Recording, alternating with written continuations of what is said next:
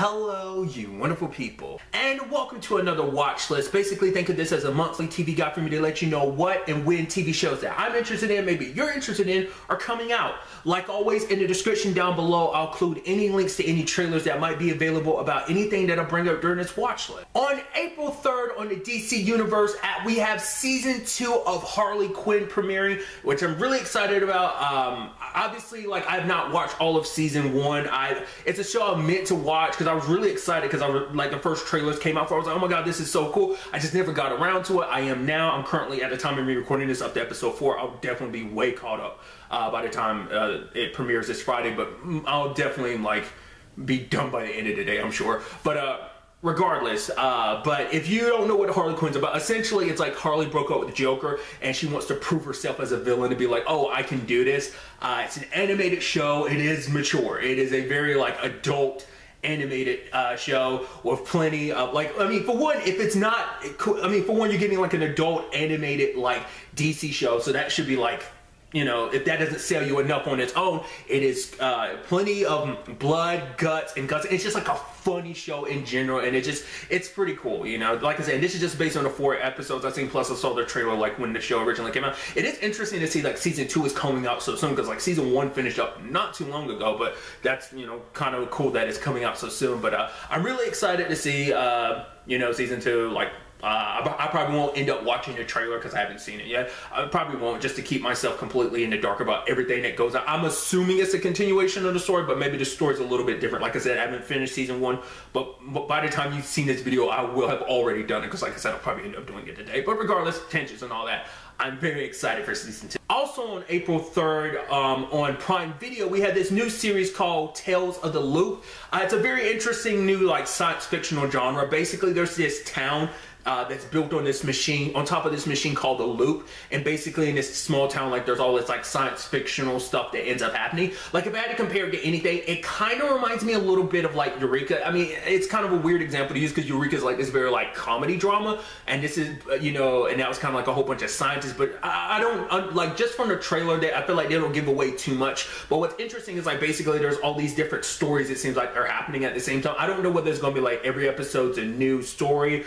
or like do the stories connect. They seem like they're disconnected, but I mean, I don't know. Based on the, we'll have to wait for the show to see if it all connects, but it might be all, you know, I'm curious to see. It just seems kind of like, oh, look at the wonderment of science. I don't think they'll go Black Mirror-ish of like, oh, kind of, no, or rather like not Black Mirror or Twilight Zone-ish. I don't think they will. We'll see. But just from, if you're looking for something a little more science fictional angle, it seems interesting, so I'm interested to check it out. So, and also on April 3rd, we have Season 3 of Future Man. Now, if you never watched Future Man, it's this comedy science fictional show about like this dude named Josh who ended up playing a video game, which was actually kind of like a test for like people to come back in time to be like, oh, you're the savior. We come from this very like messed up future with these things called biotics. We need you to be our savior, even though you're just some dude that played video games type of thing.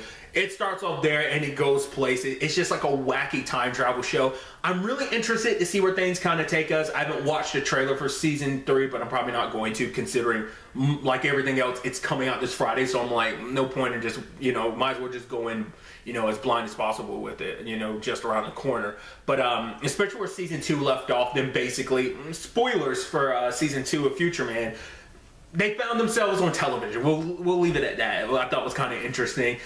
Twist I wasn't expecting, because at first I was like, oh, we dealing with time cops? I guess to a certain extent you kind of are. This is kind of their punishment for all the like the time travel shenanigans. I still wonder, like, everything they went through, like everything that got told against them in Season 2's finale is like, is that still true? Or was that complete and utter BS? I'm sure it is true, but it's all for the purpose of hyping stuff up on camera. Whatever the case may be, I'm really excited to see what happens in Season 3. On April 17th on Prime Video, we have Season 6 of Bosch. I'm really excited. Obviously, like, we get a little look at what the new case is about. The fact of the matter is that it seems like there's like, what was it, like some nuclear materials that were stolen, and it's like what that potentially could mean. And also the fact is, you know, I'm already kind of getting into, well, I didn't give away spoilers for Season 5, but basically there's stuff from Season 5 that like Bosch kind of looking into something, an element, a storyline element for Season 5, Bosch is carrying over to this season to be like, oh, I'm gonna look into this thing. It's something that it gets set up at the very end of season 5, so to see that kind of be a storyline element in season 6, plus Jerry's dealing with stuff from like season 5 as well. Like,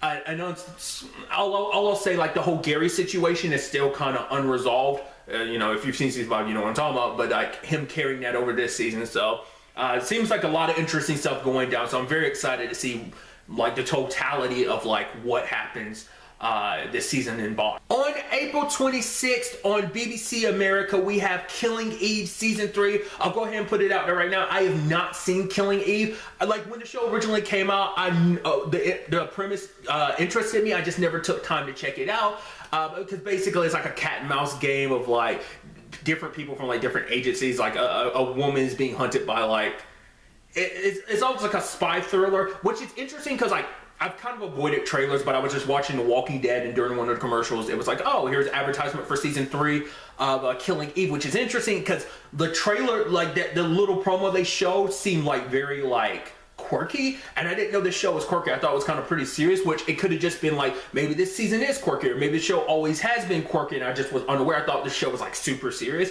but maybe it has a combination of two. Maybe just this season is quirky, whatever the case may be. Like I said, a lot of what I saw was out of context anyway, but either way, I'm interested to check out the show. If you are, you know, curious about checking it out yourself or catching up much like me, both seasons are on Hulu, so you can catch up like I am going to. Also on April 26th, we also have the series premiere of this new show called Penny Dreadful City of Angels.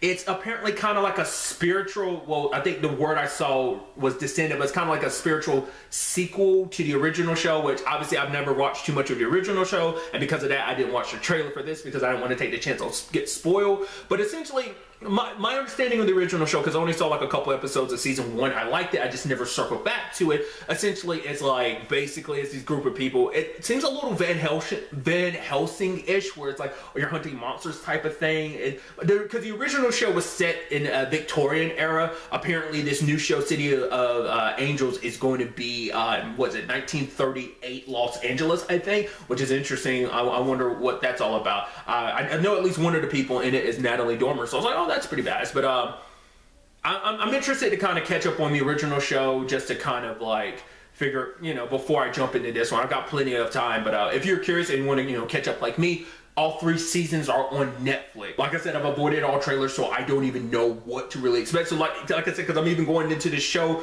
not really 100% knowing what the show's about. Like I said, because those episodes I saw were like years ago, so I've kind of forgotten about it a little bit. But regardless, I'm still interested, you know, to kind of check it out. And that brings this month's watch list to an end. Like always, if there's something that's coming out that maybe I wasn't aware of that you think maybe me or someone else might be interested in, don't be afraid to leave it in the comments down below. But really, that's all I want to talk about. Till the next time we meet, be happy, be safe, live life to the fullest, and enjoy it. Good day and goodbye.